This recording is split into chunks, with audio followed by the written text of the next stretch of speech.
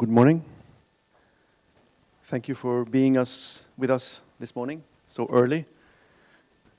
It's a pleasure to be here in Paris in a physical event after such a long time of no events or online events. And good morning also to whoever is watching us online. So we are speaking this morning about enforcement of arbitral awards, of course. And I will start by introducing briefly my esteemed panelists.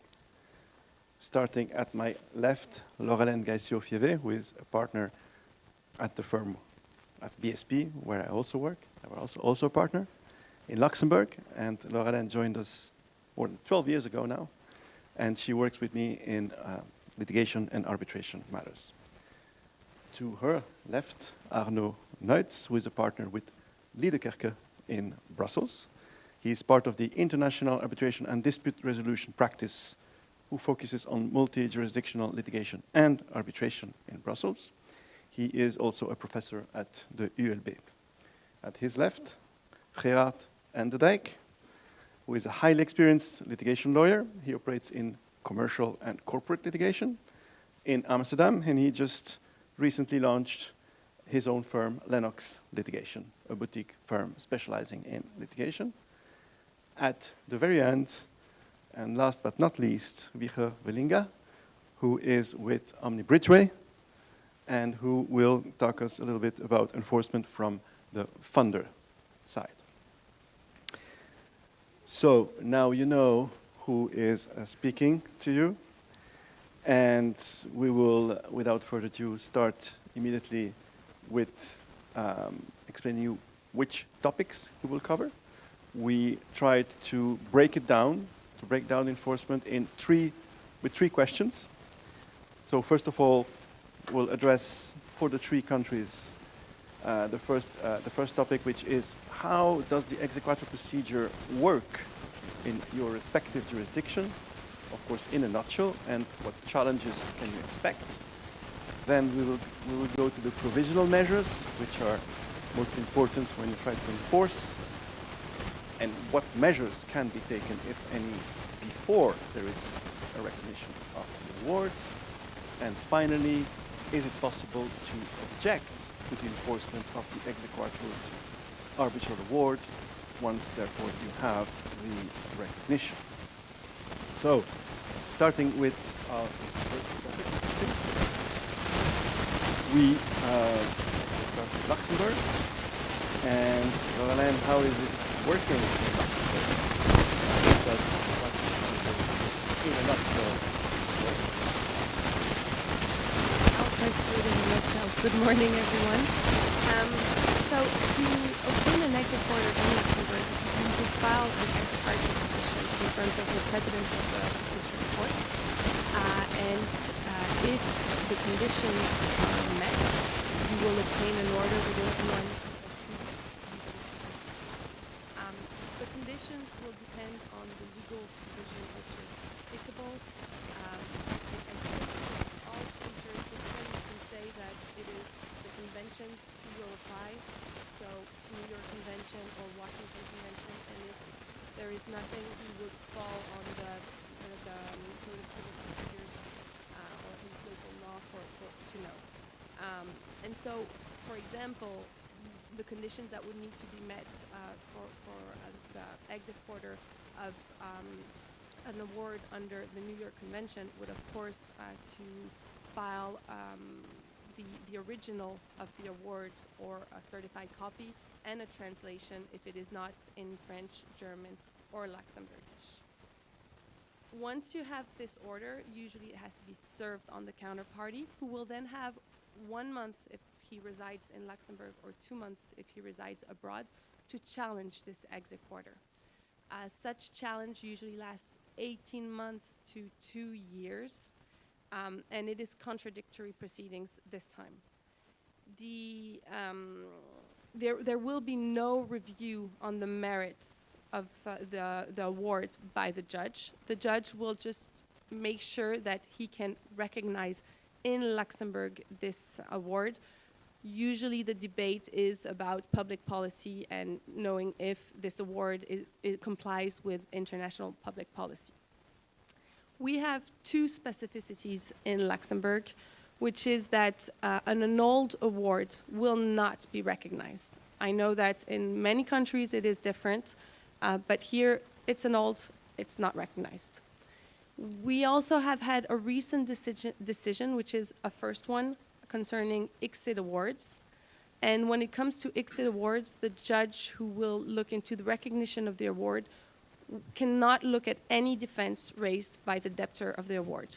He will just have to recognize the award if it is compliant with the Washington Convention. And now I will let you, Arnaud, present it. Sure, thank you very much, and very nice to meeting you. It's quite early, so that's the reason why I suppose some of you are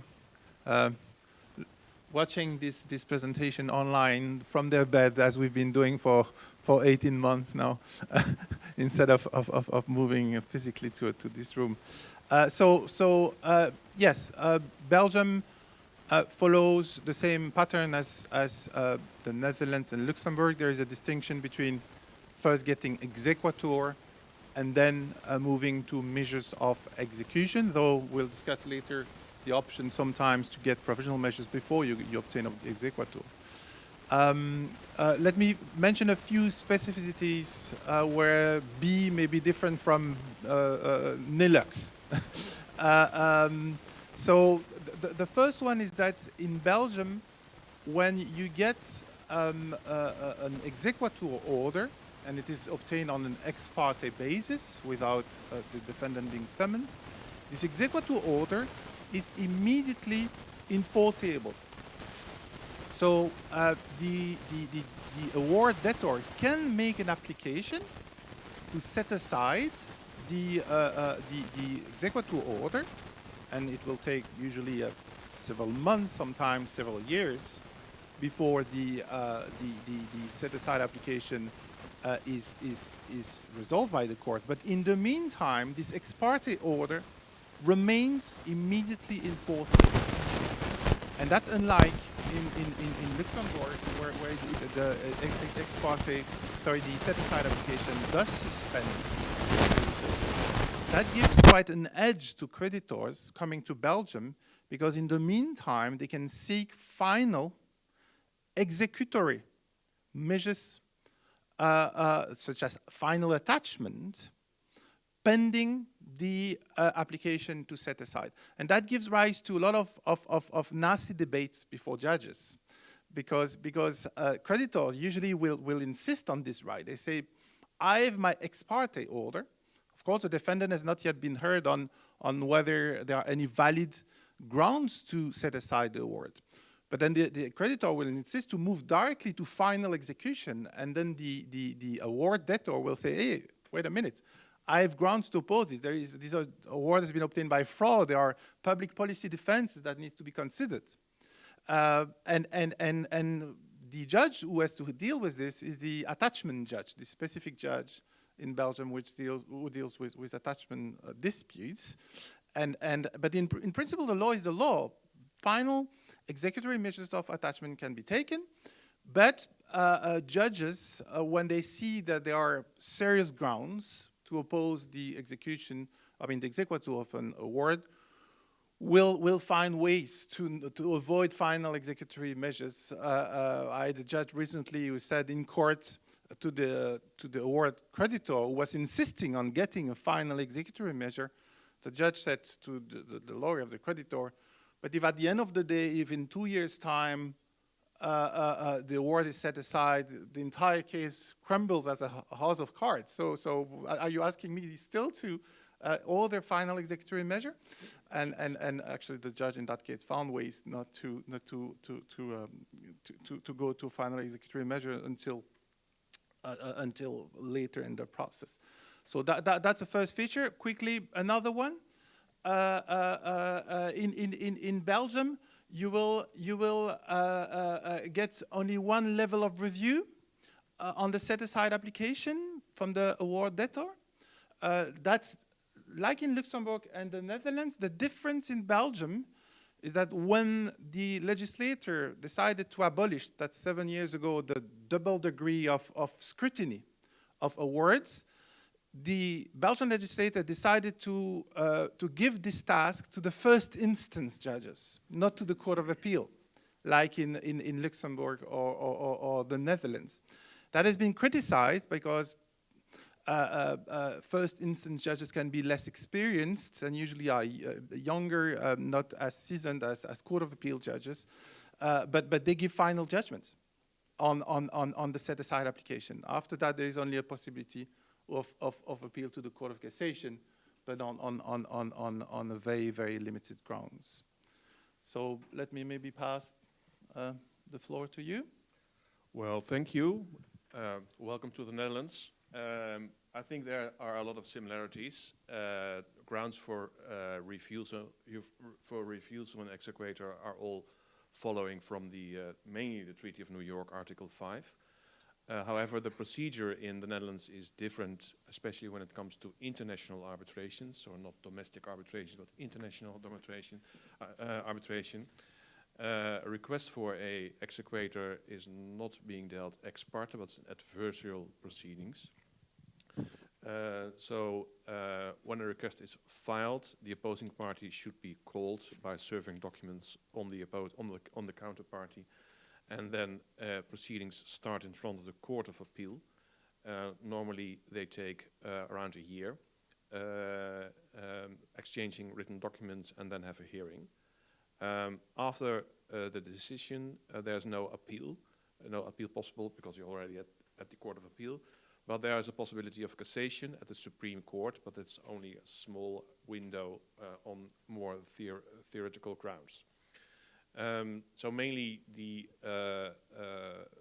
main feature is the difference in the procedure, adversarial, and that means that all aspects, all grounds for refusal, both formal and to the merits, used to be brought into that proceeding. So there's no second proceeding after an exequator has been submitted. And it also leads to the situation that the possibility of recourses against obtained exequators are very limited because everything has to be brought into that adversarial proceeding.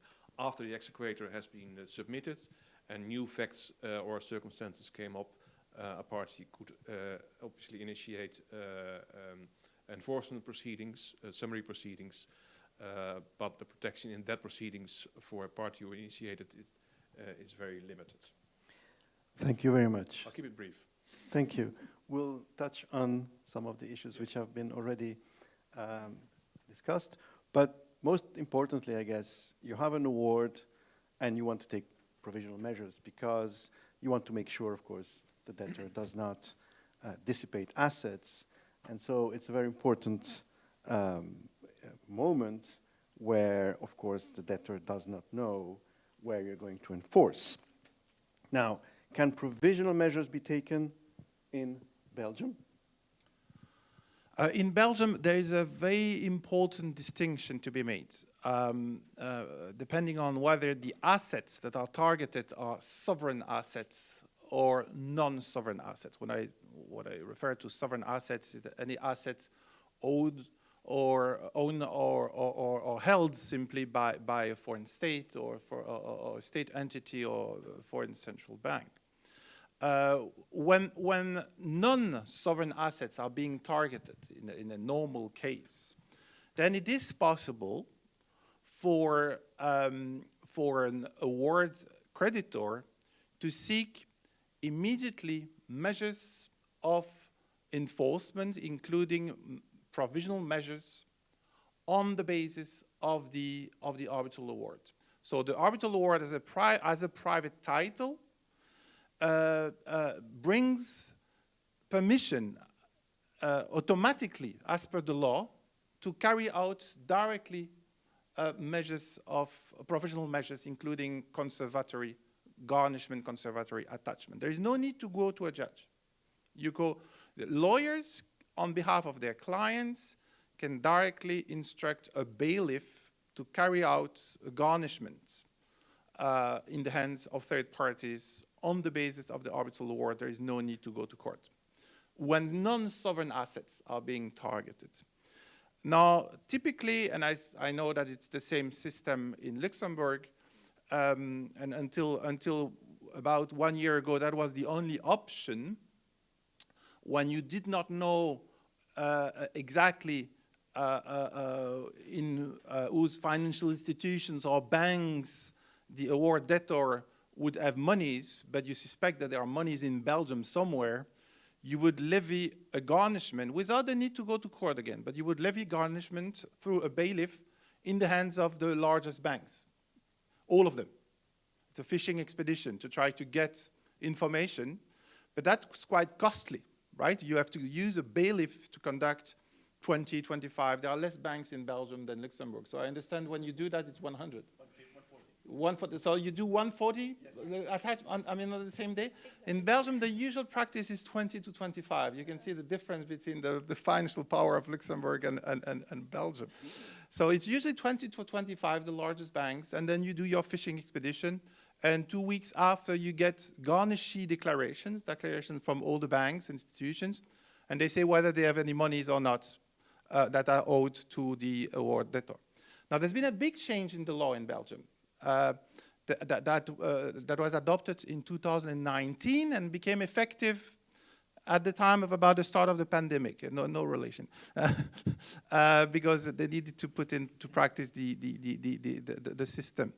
And this new system consists in award debtor being entitled to bring an ex parte application before the attachment judge to obtain permission to access a central database of all bank accounts held by all banks in Belgium.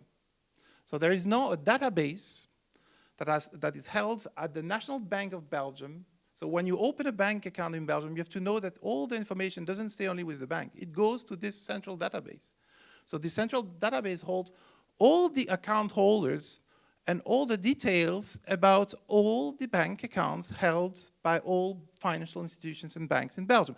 That's as a consequence of the implementation of the European Preservation Order, but they've enlarged the system. They've made this a domestic system as well, and it applies to all cases now. And you can seek permission from the attachment judge to access this database. And it goes through the National Chamber of Bailiffs of Belgium, which has been established as the so-called information authority. And when you get permission, there are certain conditions to be satisfied. When you get permission from the attachment judge, then the National Chamber of Bailiff will access this central database. We had already for quite some time in Belgium, we discussed this at dinner yesterday, a central registry of all attachment. As soon as an attachment is made, is ordered in Belgium, it is registered in a database. It used to be held on a district by district basis, where you were to go to each district to find out if a company had been subject to attachments. Now it's a central database that lawyers can access to with the permission of their professional order. I cannot do it directly. I need to ask the bar. I need to ask permission and give a reason. But then I have access to, I can know if any person has been subject to attachments. And now that's a central electronic database as well. Belgium is the paradise of databases now. Actually, we are one of the only countries in Europe with a central database of registry of all physical persons. All physical persons are registered with a number of information, and the police comes to check that you are really who you are when you get to Belgium. But now you have this for attachment, you have this for bank accounts, and that's, of course, extremely helpful for creditors, because you don't need to do these fishing expeditions anymore now. You can make this one ex parte application, and then you will get all the information, and the banks are forbidden from informing their clients that they are subject to this to this request for information. So that's for non-sovereign assets. Very quickly, I don't want to take too much time. For sovereign assets, the the situation is very different. There is a specific statutory regime in Belgium, not unlike the system in France, actually, but the Belgian regime was adopted 1 year before the French system, which was adopted in 2016, in Belgium in 2015. When you are targeting sovereign assets, you need to obtain prior permission from a judge before you can carry any measures, including provisional measures. And very strict conditions have to be satisfied by the creditor, who needs to show ex ante to a judge that the exception of immunity does not apply, that you fall under one of the exceptions. When you are seeking to attach assets in relation to central banks, then there is the added requirement that you have obtained already exequatur. You cannot seek provisional measures before having a final exequatur, an exequatur order, which is obtained ex parte, but it must be effective, and then only you can move to provisional measures. And this system of control has been the subject of a lot of attention. There is a lot of litigation about this currently before the Belgian courts. In general, actually, for some reasons, for now a couple of years, creditors are turning to Belgium to seek to enforce their awards. There are many kinds of assets that are being targeted for the moment, including Libyan funds. There are billions of dollars held in Belgium that are being targeted by creditors. There are the flight charges of Eurocontrol are being targeted by creditors, and also oil funds being held or supposedly being held by financial institutions in Belgium. And in these very vast cases that are moving through the courts in Belgium, the center of attention is usually this very specific statutory regime and the conditions to attach assets of foreign states. Fascinating, thank you. I'm sure there will be questions. I have one later for you. And Gerard, how is it in the Netherlands? Yes, moving to the Netherlands, we don't have those beautiful databases like you have. Sorry for that. But I think we have less banks. So when you make garnishments, we normally do around 10 banks maximum. So the main banks and the main business banks. But before doing so, it's not possible to instruct a bailiff directly on the basis of a arbitration award.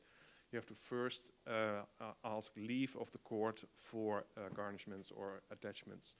That can be done very, very swiftly on an ex parte basis. You have to file a permission, and it's normally ordered within a day. So you have your permission quite swiftly. But it comes with a price, because you have to file your permission, your request, and that takes some time for the lawyer to draft that, and it comes also with court costs and bailiff fees. But after you have received your permission, it's possible to instruct the bailiff to attach mainly bank accounts. That's, I think, the main attachment that we use in practice.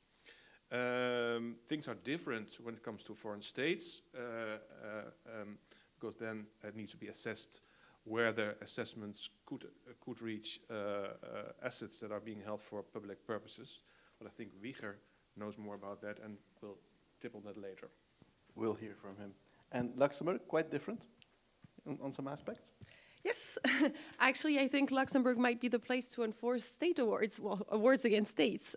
We don't have at all the same differences, whether it is a state asset or a third party, well, a normal asset, I would tend to say. It will be the same procedure, which means that once you have your award, exactly like in the Bene, you can go directly to the bailiff and proceed with an attachment. That's what we usually would recommend, even before filing a recognition, an ex parte petition to obtain the recognition, because then you have the surprise effect. That the award debtor does not know you're coming after him in Luxembourg, and so he cannot move the assets prior to the attachment. In terms of legal authorization, there are none. As I said, you just come with the award. Terms of costs, there are the bailiff costs. It can be indeed an amount if you go with all the banks, but to give an idea, usually it's about between 100 and 200 euros per third party attached. So it remains reasonable. For the assets, here you can target any type of assets, bank assets, bonds, shares, buildings, whatever assets there are. You do not need to prove the ownership. So we don't have a database, but we can go for a fishing expedition. You think that maybe the debtor is the owner of this asset, you can just go for the attachment. If he's not the owner, it will just not be attached. That's the only thing. In terms of database, again, it's not a public measure, so you will not know if there are other attachments that you will discover at the end. Indeed, we don't have also the obligation for third parties to inform of if the attachment was successful or not. You will need to go to the end of the procedure, which will be the validation of the attachment, which can only take place once the executor is final and binding, as Arnaud said earlier on. So that's only that moment if you know if the attachment was successful. I will just add something here. By experience, maybe you will not target any assets, for example, with banks. But now with all the compliance that there is, what we see is that if the debtor has an account, for example, with ING, but abroad, not in Luxembourg, all this information will go up to the compliance. And so this will put pressure on him, even though there are no assets which are attached in Luxembourg. Thank you. So let's get to our last question. Is it possible to object to the enforcement of the executor arbitral award? What are the challenges that are available to the debtor who is the object of this award? Can we start with Gerard? Thank you, Fabio. Yes, it's always possible to object. The question is whether it will be effective. And I think in our system that will be limited since, as I just explained, executor proceedings are adversarial, there's not much left to be done after the executor has been ordered. The only option you then have is when new facts or new circumstances come up, you can initiate summary proceedings, basically ask the court to block further execution. It's different when states are involved, foreign states are involved, because then in the phase after the executor has been submitted, it should be assessed whether state assets are being held for public purposes. A foreign state can waive immunity, but has to do that explicitly. And there's also a special rule in our jurisdiction that as soon as the bailiff has served an executor on the opposing party, he should send a notice to the Minister of Justice, and it's common practice that the Dutch state will immediately respond to that, blocking the authority of the bailiff to proceed. And then the only option you have is to initiate summary proceedings against the Dutch state, claiming that the Dutch state should release its authority to block the bailiff and should allow the bailiff to proceed. It's also possible that meanwhile in the state of where the arbitration took place, annulment proceedings have been initiated. If those proceedings are successful, that does not lead automatically to a blocking of the executor or a blocking of the execution, but there's not much left to be executed. So if you have an annulled award, but still you have an executor, it's possible then, it's quite easy to initiate summary proceedings claiming that the award has already been annulled, so execution should be blocked immediately. So an annulled award will not be enforced in the Netherlands? No. That's interesting. Thank you. Arnaud, maybe? So in Belgium, In Belgium, again, it's a dual system. So by that I mean that there is the process before the ordinary court to get executor, and when you get on an ex parte basis the executor order, it is immediately enforceable. That goes to the ordinary court of first instance, and then there is the litigation that can take place and the challenges that can be raised by the award debtor before the attachment judge, which is a different judge. And before the attachment judge, even if an executor order has been obtained and there is a final rights entitlement to enforce, you can still raise all sorts of grounds to oppose actual execution. And one of the grounds that are raised and that are the subject of litigation very often in relation to sovereign assets is, of course, sovereign immunity. But as I've said, creditors need to first obtain permission, actually. So there is an ex ante review by the judge. But even if the judge has given permission on an ex parte basis to attach sovereign assets, then the sovereign entity can bring a set-aside application and challenge this in an adversarial debate. And that's where you have a lot of litigation in Belgium ongoing for the moment in relation to the conditions of immunity and also in relation to the waiver of immunity, because this specific statutory regime provides that immunity from execution can be waived, obviously. One point in relation to that, when this specific law was adopted in 2015, the law was extremely restrictive, extremely protective of states, because it provided that immunity is waived only when the waiver is both explicit, which is a traditional condition, and specific. That means in relation to a specific asset, which is a condition which is usually impossible to satisfy, because a state will not have waived immunity in relation to a specific asset. But then two creditors in very famous cases, one of which was the Yugos case, brought an application before the Constitutional Court to argue that the requirement under this law that the waiver be specific was unconstitutional. And actually they won. Actually they tried to challenge the entire law and they lost on that. The law is still there. The regime of protection and permission before getting enforcement measures is still there. But the Constitutional Court of Belgium did find that the condition that the waiver be specific was unconstitutional because it went further than what public international law requires. Under public international law, there is no requirement that immunity be specific, that the waiver, be specific. So this has been annulled, except, because now the Constitutional Court makes laws, except in relation to diplomatic assets. For diplomatic assets, you need to show that the waiver is specific. But for other assets, you need only to show that it is express. And on the back of this decision of the Constitutional Court, now there are attachment judges who have issued quite liberal ruling.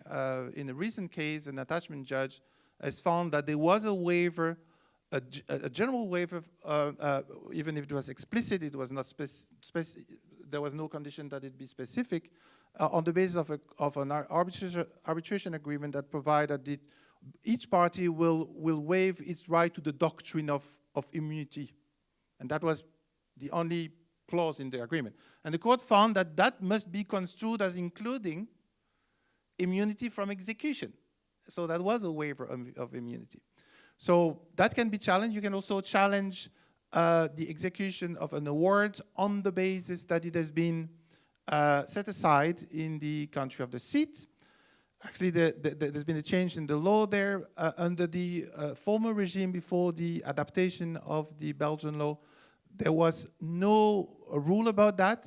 And the general view in Belgium was that because there was no rule providing for the possibility to refuse exequatur and execution on the basis of the set-aside of the award in the state of origin, then it was not possible to raise this argument. Then you needed to enforce an award, even annulled in the state of origin. Why? Because the New York Convention provide that if the domestic regime is more favorable to execution, this regime applies. Now, with the new law that was adopted, the new law, I mean, we're getting older, the new law is already 2013, but the reform regime of arbitration in Belgium, there is now a specific ground to oppose the enforcement of an award when it has been set aside in the country of the seat. Though there is some debate in Belgium as to whether there is still some discretion to enforce in spite of the set aside of the award. But there is at least a specific ground now for awards that have been set aside. That's interesting. Went further than Luxembourg. Lorraine, I see some differences there, especially with the states, which are interesting. Yes, well, of course, when a state is involved, it will raise its immunity. And here, it's the same thing as in Belgium in the sense that the judge who knew of the recognition is not the one who will know of the enforcement. So we start all over again here. And there was not this prior approval at all in terms of immunity. So it really starts from scratch, and every time there's a state, this argument is raised.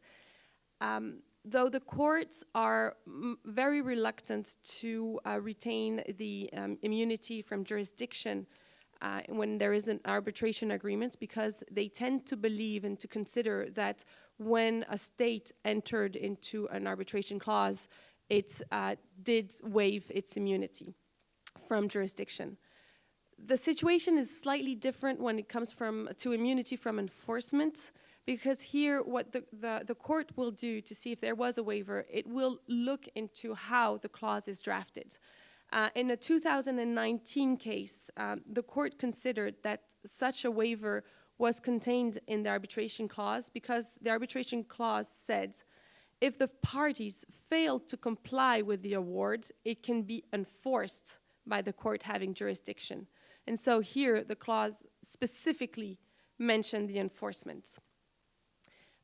In terms of loss of effectiveness of a title of the award, we do have one isolated case law, which provides that, so it was a situation, it was an exit award, and the European Commission handed down a decision which deprived the award from any effectiveness. It was impossible to enforce it in Europe. And here, the Luxembourg court said, as the award lost its effectiveness, you can't at all enforce it, and it lifted the attachment. But we do not have any decision when it comes to the annulment of an award after it has been recognized in Luxembourg. So to date, we do not know how the courts will react on this subject.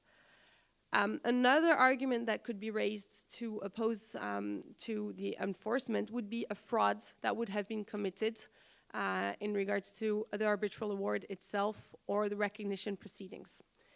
And finally, going back on the exit award that I mentioned in the first question, so the recognition judge said that he will not look at all at any defense.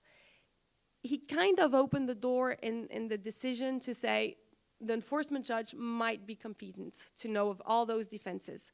But we do not know yet. We're waiting for a decision to that extent. So yes, one might try to raise those defenses here, but I'm not sure it will be the proper forum.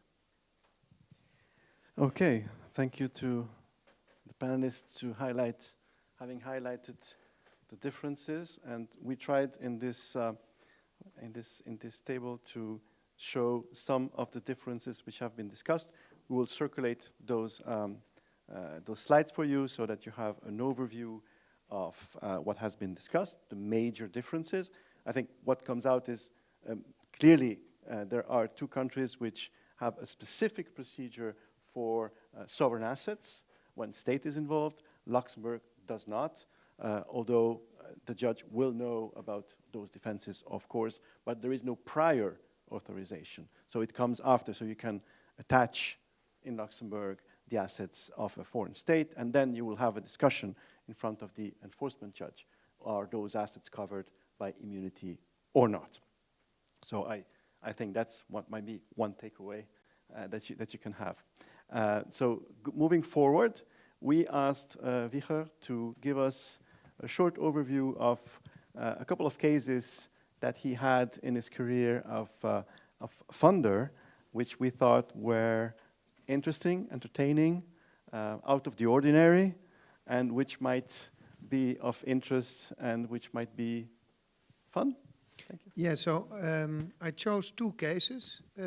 One is a case involving not a sovereign, but the foundation initiated by this gentleman.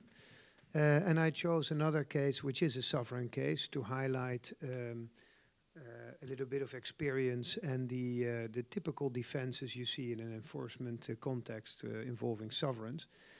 So just by brief introduction, Omni Bridgeway, I don't know whether everybody knows Omni Bridgeway. It is probably by now the world's largest litigation funder with offices in over 20 countries, or not 20 offices in, let's say, all the continents in the world.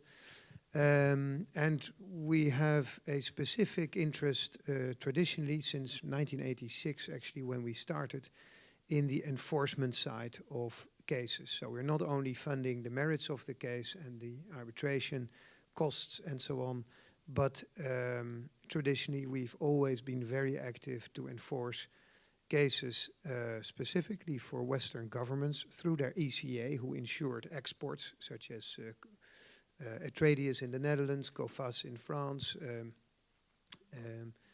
ECGD in the UK, SACE in Italy, and the political risk market. That has shifted over time into, let's say, doing more arbitration awards for where lawyers basically approach us, including the lawyers sitting here, which binds us, because we also instruct external lawyers then subsequently to help us with the enforcement. So there's two things that are quite different with enforcement funding.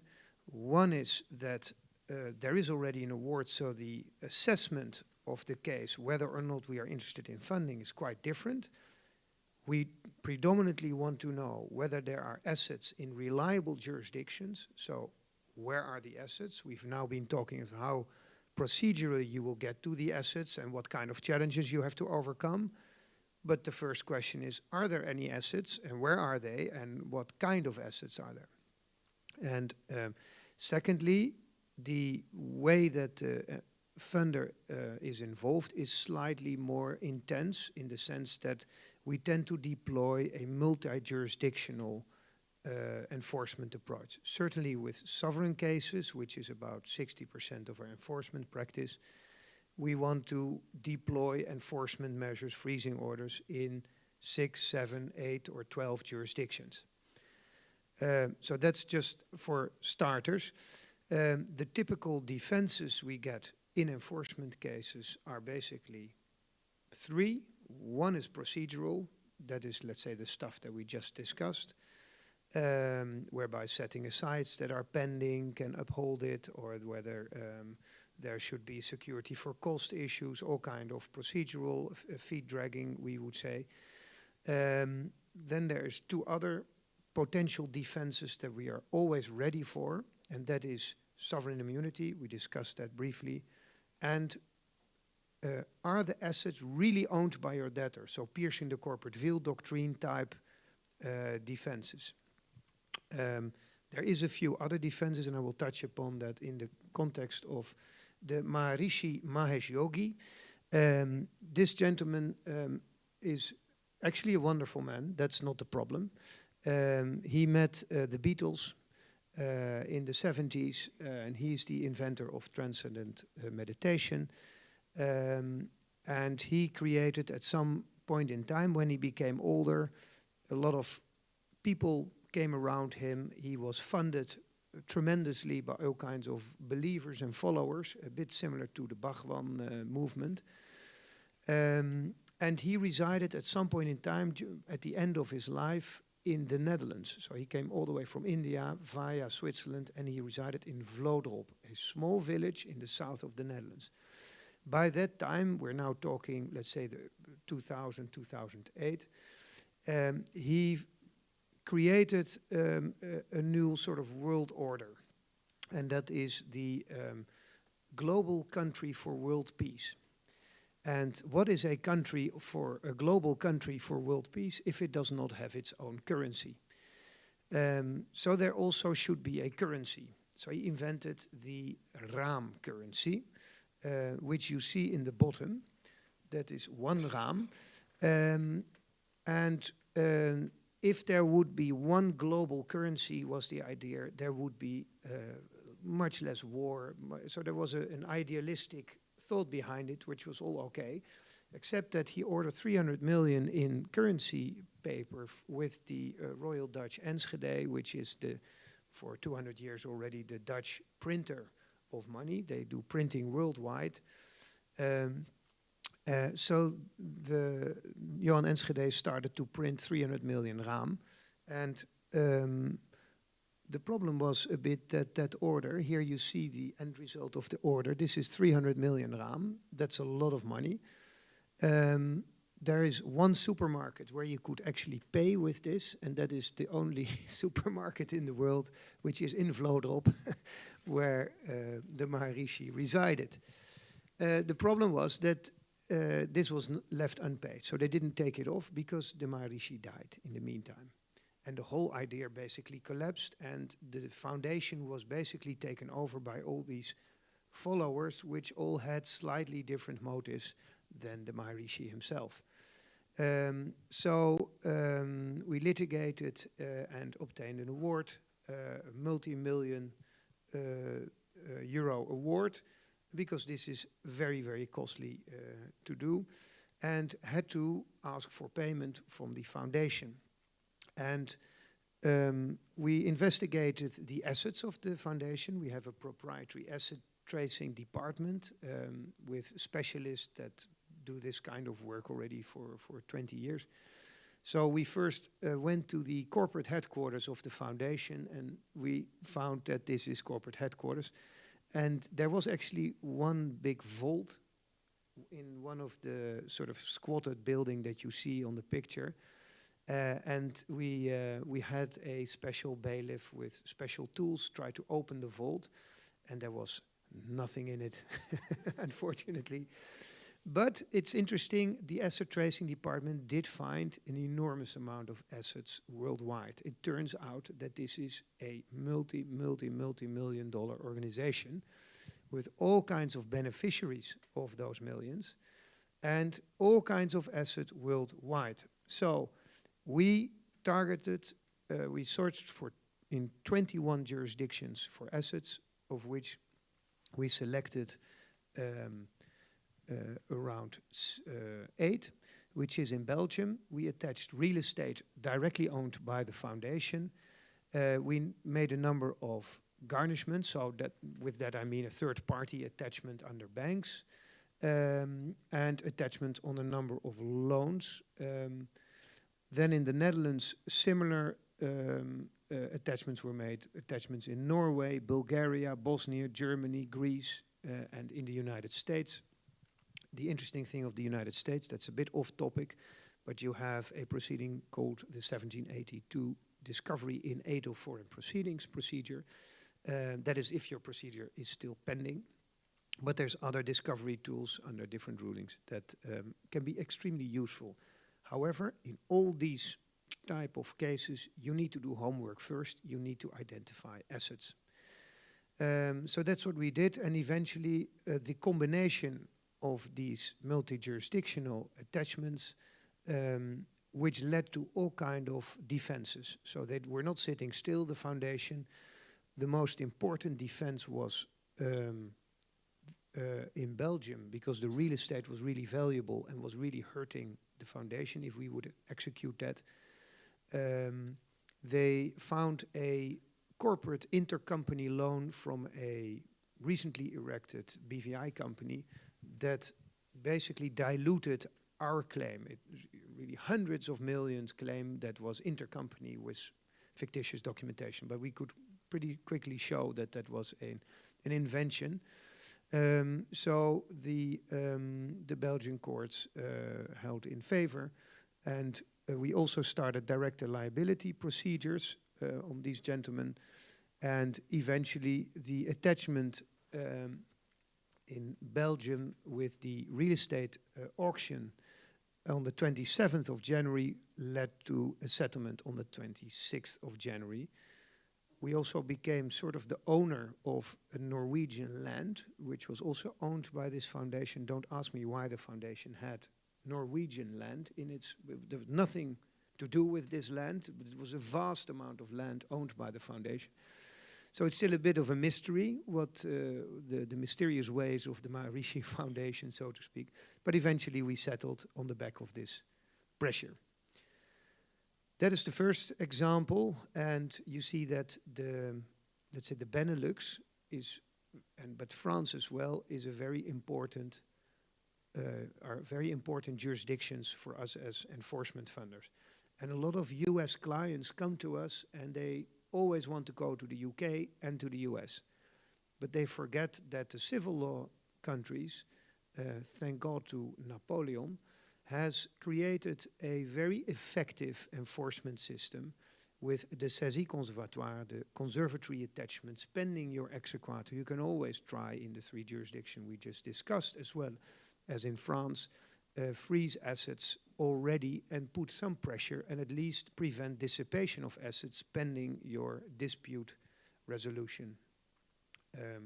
So I think that is an important takeaway for all Anglo-Saxon participants of this conference, that you have to look at civil law jurisdictions as well in your life.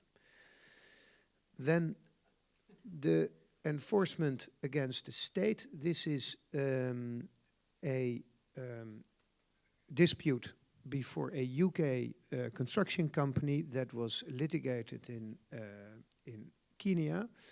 And we obtained an arbitration award of 42.5 million.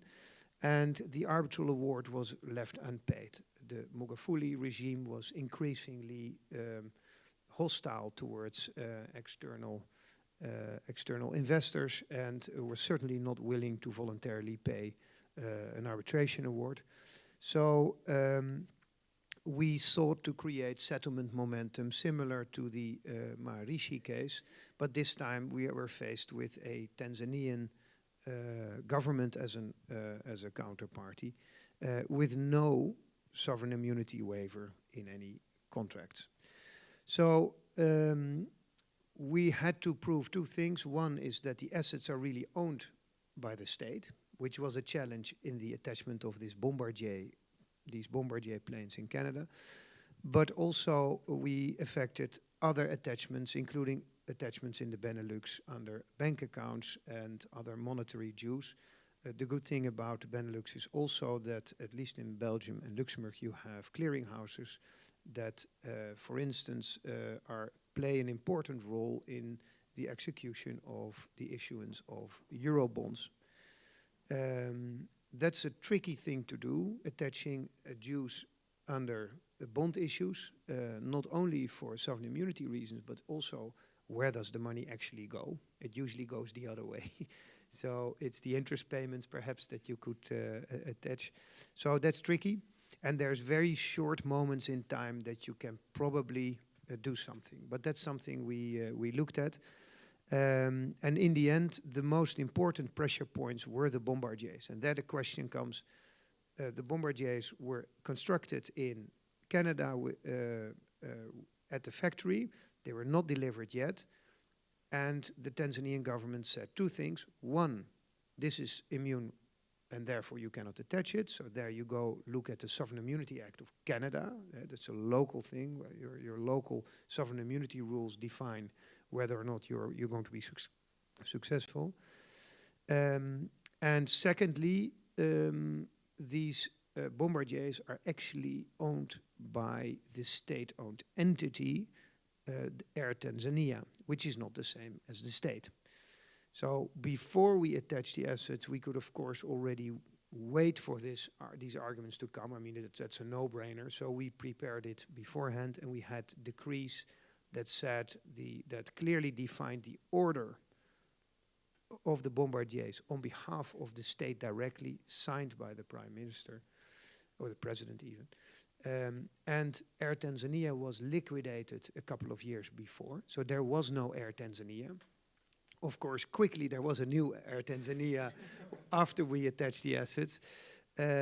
So we, and on sovereign immunity, we could therefore demonstrate that that the goal of Air Tanzania, for which in due course the state had to deliver these planes onward to Air Tanzania, means that they cannot be immune. They're clearly not destined for a public purpose. They're destined for a commercial purpose, namely the commercial enterprise of Air Tanzania. And that was also clearly defined in documentation. So that meant that the attachments, despite all the challenges and the cost associated with that, that is not cheap in Canada, remained in place, and that led eventually to settlement. So I will stop there for now. Thank you very Thank much, you. Wieger, Cheers. for these insights in cases which are clearly not public and which give us an overview of what happens. At this time, I would like to invite the floor to questions. Are there questions to any of the panelists? Points of interest, comments, experiences? Hi, my name is Nicolina Bourdian. I'm from the Luxembourg Arbitration Center. And my question relates to interim relief ordered by arbitrators. As you know, there's a reform bill currently pending from the BSP in Luxembourg, and there are a couple of provisions relating to that issue. And my question is actually on the enforceability of those orders or procedural orders or awards in each of the countries, obviously. And I know a bit more about Luxembourg, but I'd like to hear your opinion on that.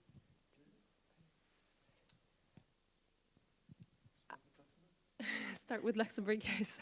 I would tend to say that the recognition of those procedure, well, it would be, if it's Luxembourg, it would be the Luxembourg New Code of Civil Procedures which would apply, and so it would be kind of the same procedure. You file an ex parte petition with the president of the court, of the district court, and then from there on, you would enforce it in Luxembourg, or it would go to the other countries to be recognized there and be enforced for those provisional measures. Belgium? It's a very topical question for the moment, and as far as Belgium is concerned, it is very complicated to respond to this question, because the law provides for the executor of arbitral awards only. So if the provisional measures issued by the arbitral tribunal take the form of an arbitral award, of a partial arbitral award, usually there is no problem. Subject that the decision of the arbitrators is final, that's fine. But then very often arbitrators are reluctant to make that kind of decisions through awards, because it needs to go through the scrutiny of the institution, if it's an ICC or another institution arbitration, and they don't like this. Usually they prefer, arbitrators prefer to issue procedural orders. And the question is whether you can seek the enforcement of a procedural order. And there are different views about that. There are those who say, okay, you have to just look at the title of the document. If it's titled procedural order, it's not an award, so you cannot enforce it. Another view is that you have to look at the substance, and an award can be in substance an award if it finally resolves a dispute between the parties, which is not a procedural dispute. So you can enforce it, but it's the subject of discussion, and that will continue, I think, because there is no clear answer to this. Neither is in our country.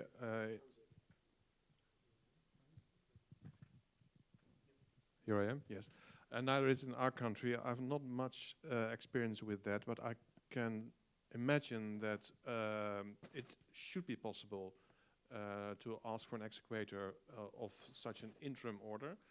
For example, when it's for an advance payment, that could be enforced in theory.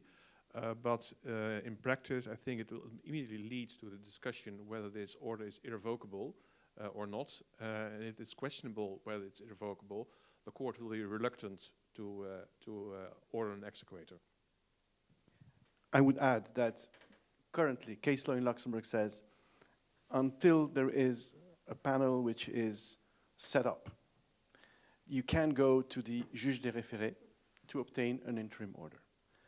A contrario, if there is an arbitrator or a panel which is already in place and can take interim measures, there's no reason why these interim orders could not be put into execution. I see no reason why, at least under our current state of the procedure. Of course, it can change. Does this answer your question? Thank you. Please go ahead. Question to Larry. Thank you. We have, I've heard a comment that if we would like to have an active Put it on. You have to put the microphone. You have to, yeah, with your thumb.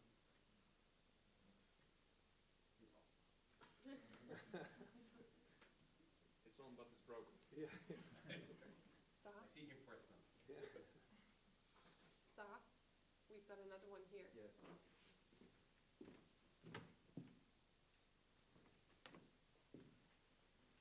you. So You can put it on though. Yeah, there you go. works. Good. So you've mentioned that, for example, if we would like to have an execution with respect to an ING account in Luxembourg, then due to the stringent KYC compliance issues, they will have knowledge of ING accounts in the BVI, whatever. As an award creditor, will I get information on a BVI, whatever account? I will not. Okay. You would not. Okay. That's what I expected, but No, I you had would, hopes. you would Unfortunately not, not. but we know by experience that the debtor would be informed of the situation. He might get pressure from the bank because the banks really don't like such situations.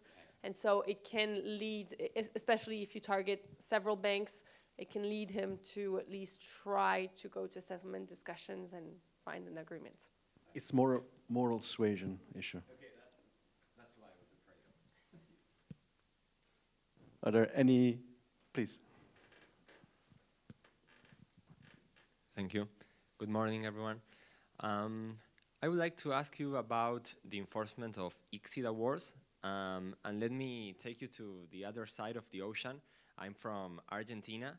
And as you know, Argentina has a lot of investment disputes and investors that are wanting to enforce their awards. And very recently in New York, in the Southern District of New York, 2 investors with final awards, I mean with the arbitrations that go through annulment and they were confirmed, went to the Southern District of New York and to a judge to enforce these awards. So my question is, what do you think about this strategy, and if the recognition of these awards will be like automatic, or if we are going to expect maybe some battle over there?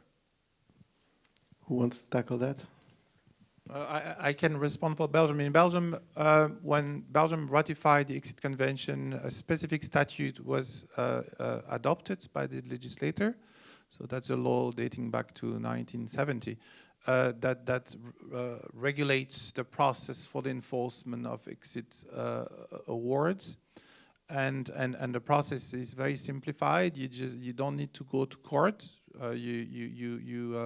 You approach the Ministry of Foreign Affairs to register the exit award, and then the Ministry of Foreign Affairs will transmit the award to the Ministry of Justice, who will then send the award to the clerk of the Court of Appeal of Brussels, who will issue an executor order. So it's very simplified. There is no grounds to oppose the enforcement, and it's very efficient. So you move directly to the execution phase, which may be more complicated. Gerard? Yeah, sorry, but in our country you have to go through the executor phase. There's a special provision, I think it's in Article 54 of the Washington Convention, and based on Dutch legislation, the court of in The Hague is being appointed, and you have to submit a request for enforcement over there. Usually it's granted. It's ordered it's assessed on the same grounds as we just mentioned, and I think it's a lot of similarity with the grounds in the Treaty of New York. Very interesting, because our system is very much based on also the Belgian system, but much less sophisticated, because the only thing that the legislator said in 1971 said the exit convention is enforceable in Luxembourg. It is accepted, and so we had the first case a couple of years ago, and if you read the exit convention, there is no recognition phase. It is as if it was an indigenous judgment, a national judgment. And so this was challenged, basically because since there was no mechanism to obtain an enforceable format of that judgment, we went to court and we said, based on the Exit Convention, Article 53, please give us the original with the formula for enforcement, and which we obtained, and it was challenged. And the court said there is no challenge possible because of the specificity of the Exit Convention, which says very clearly that if you have an exit award in, of course, the states who have ratified the convention, it is as if you had a national judgment. So you don't need the exequatur phase. I might just add one point on that one. Though we cannot raise normally any defense, a recourse is nonetheless possible. So in such a situation, I would try to file for a recourse, as we have seen for awards that are under the New York Convention that the courts refuse to enforce if it has been annulled. It might be, and again, there is no case law, but it might be an argument here, the only argument that the Luxembourg courts might listen to. Otherwise, it would be like the other countries. It would be at the enforcement phase where you would say the title lost its effectiveness, so you cannot enforce it. I think you asked, what do you think of the strategy? And I think the fact that the exit cases have been obtaining an enforceable status will probably happen in almost all exit ratifying countries. So everybody that's party to the Washington Convention will probably end up with an exequatur against Argentina. I think with differences in how to get there.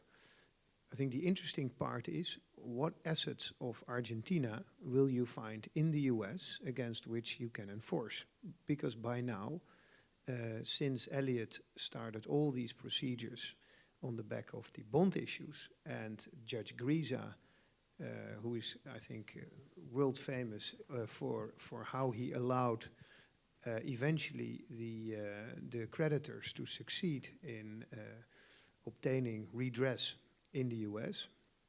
I know that Jay Newman of Elliott really had a couple of really sleepless nights, around 10 or 12 years that he was fighting this battle against Argentina to get somewhere, and eventually it got settled, but it is really hard. So that would be my comment from an enforcement, more let's say, global enforcement view, really tough to find proper non-immune assets of Argentina outside of Argentina.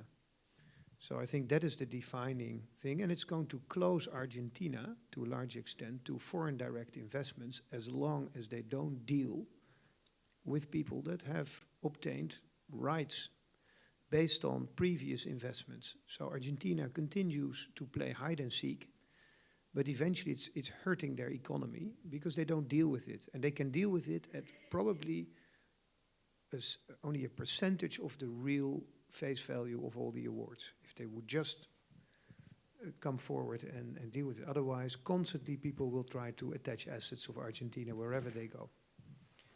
Thank you, Wieger. Fascinating to see the lawyer response and the funder response. Just right to the bottom of it. With the political flavor. With moreover the political flavor, which is important because if you want to get paid, you need to take that to factor into account.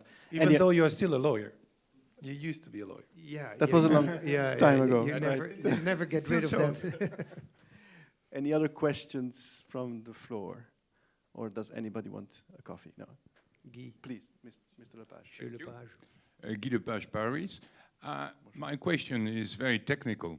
I would be pleased to know what is the law ruling the exequatur in the three countries, Belgium, Netherlands, and Luxembourg, for a foreign judgment.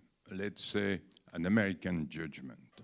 My understanding is that it is the local law ruling this enforcement decision. But I want a confirmation from you. And the reason of this question is the following. Because in France, the answer to this simple question is not clear at all.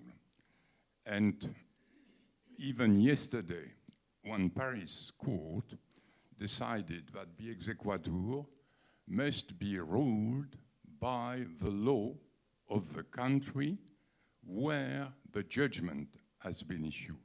Therefore, in my example, for example, American law.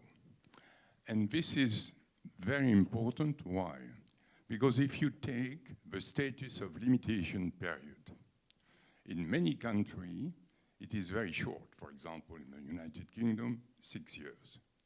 But in some other countries, like most of the Arabic countries, the status of limitation could be very long.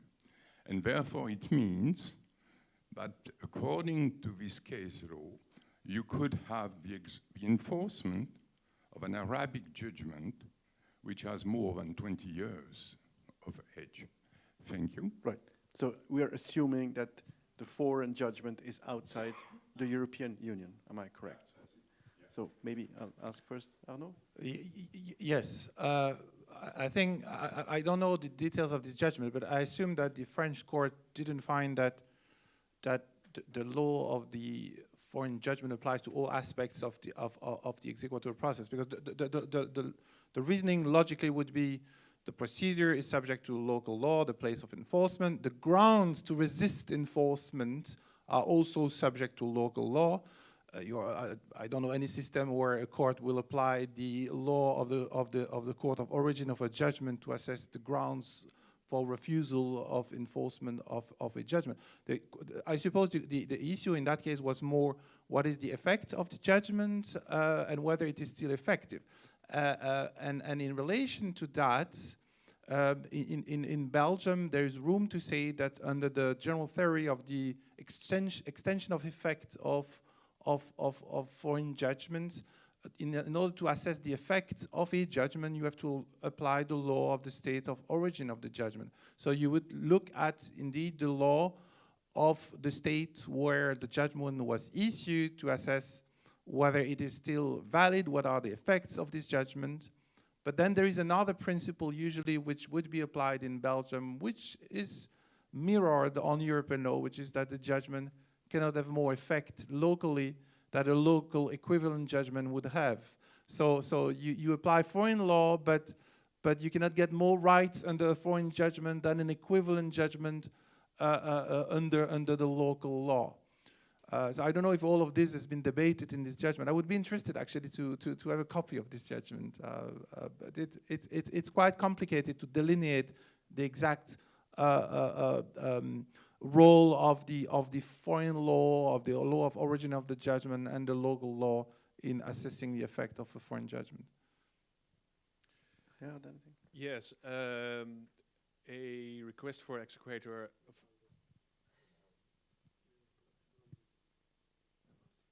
Yes, yeah.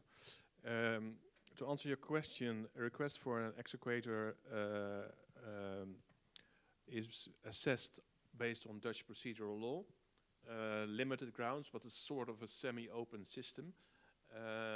And I could imagine that if the situation is that based on the applicable law of the original country, the ruling would be have lapsed, then it would be against public order to issue an enforcement order in our country.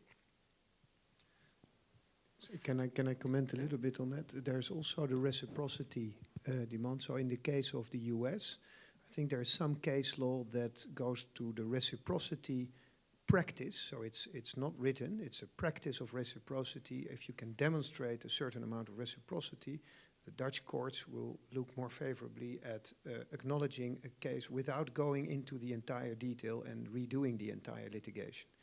And I remember also our case that was in, I think in the UCOS context, where there was a Russian case that went against the UCOS judgments in the Netherlands, which was annulled by the Dutch court. It was not upheld because they felt there was no real independent legal procedure that had been followed in Russia. So it goes both ways. In the US, a proper court judgment can be acknowledged on the basis of reciprocity, but conversely, the Russian one that did not follow their procedure, then it was not acknowledged. I think it was ordered by the Dutch court that the Russian order confirming the bankruptcy of UCOS was against public order. So the Dutch court said that the court order of the Russian court was against Dutch public order, and therefore the arbitration award was still enforceable. I think that was the situation. Okay, I leave that to you. One of the things you have to prove is that it is enforceable at the moment you ask for enforcement in the country, in the origin country. That's one of the main issues you need to prove as a claimant requesting recognition of the foreign judgment in your country. So I guess your question is yes, you would look also at the law of the foreign judgment in order to see, and that is one of the criteria, if it is enforceable in that country. If the answer is no, because statute of limitation, then you cannot enforce it also in Luxembourg. And that goes to what Arnaud was saying. You cannot have more rights in a foreign country than in a country where it was issued. On another note, by the way, you mentioned the time limitation, Guy.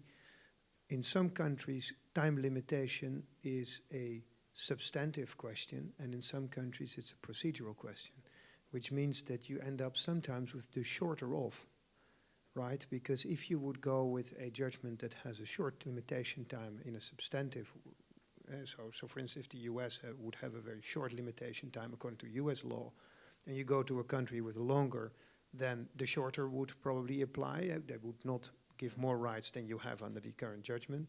But conversely, if you would go with a Dutch final judgment 20 years to the UK, the 6 years is a procedural test.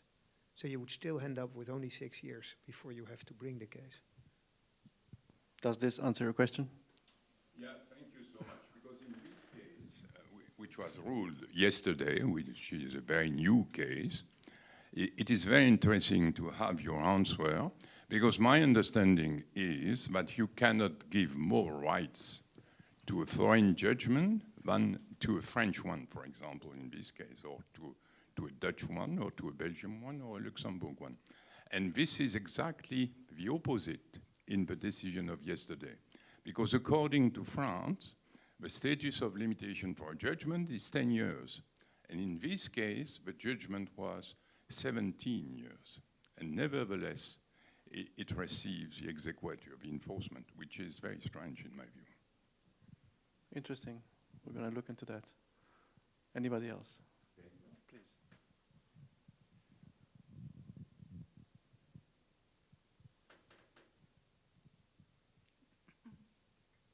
It's not on. If it lights up, it's on. No, it's not. It's not usually. Good morning, everyone. Thank you for this insightful presentation. I have a question with regard to the provisional measures, especially in construction cases. It is very common in construction to issue a letter of guarantee, the payment of which depends on the failure of the contractor to properly perform the project or to deliver on time the project. So imagine that we have an arbitral award that it is against the contractor that failed to deliver the project, and there is a letter of guarantee that has to be paid, and the creditor begins the procedure of the payment of the letter of guarantee. And we have also in process the executor procedure. So the creditor actually accomplishes to execute the arbitral award via the letter of guarantee before the decision of the executor. So what is your comment on this case? How can I defend the debtor in this case, the contractor? I would say you cannot. I would say you cannot, because there was no need to. I mean, if it depends on the terms of the letter of guarantee, of course. But usually these letter of guarantees provide rights of first demand. I mean, payment on first demand. That means that usually the litigation is not at that stage. Usually the litigation is before the arbitral award has been given, and the creditor is seeking or threatened to call on the bank guarantee before there is an arbitral award, and the debtor tries through the arbitration proceedings from the arbitral tribunal to get an order to prevent the claimant in the proceedings to call on the bank guarantee. And the traditional response, I don't have the statistics, but I think it's more than 90% of cases, the arbitrators will say we should not and we cannot prevent the party who holds the bank guarantee to call on the bank guarantee, because it's an independent guarantee. So if your question is about a subsequent phase where an award has been given already, so I think the winning party has all rights to call on the bank guarantee, and you cannot say, oh, but you have first to go through Executor. No, no. I mean, obviously, if the debt is paid through the bank guarantee, the creditor cannot still continue seeking to enforce the same award if it has already been paid. But I don't think the debtor can successfully claim that the creditor needs to go through Executor before being able to call on the bank guarantee. I think it's a lost case. One tricky issue is the language of the guarantee. If the guarantee says pay on first demand and it's completely not linked with the underlying contract, then you have no defense, because it's an instrument on its own. But the language and the interpretation of that language is really key. So the answer, I guess, is it depends.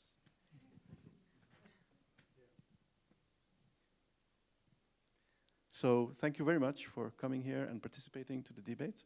Thank you for your participation. Thank you to all the panelists who did a wonderful job. And we'll have coffee, and we're welcome to have a chat around the coffee.